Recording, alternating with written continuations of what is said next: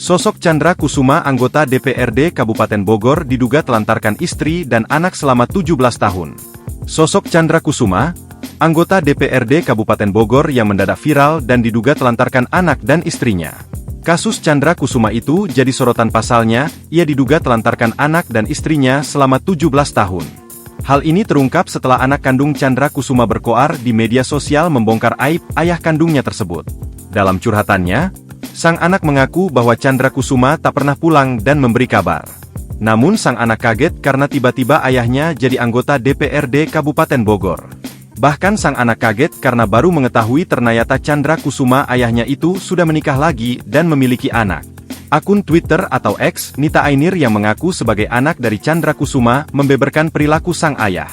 Nita menceritakan, Tjandra Kusuma menikah dengan ibunya tahun 2004. Namun sejak tahun 2010, ayahnya itu tak pernah pulang dan ternyata sudah menikah dengan wanita lain.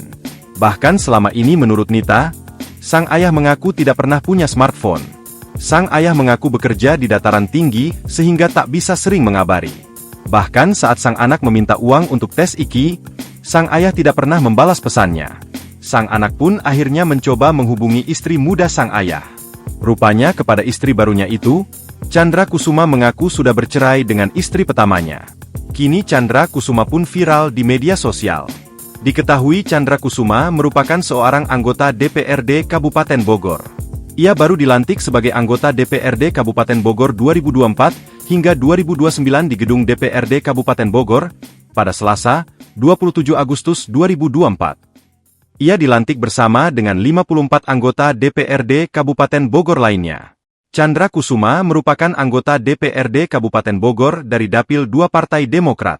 Download Tribun X sekarang, menghadirkan lokal menjadi Indonesia.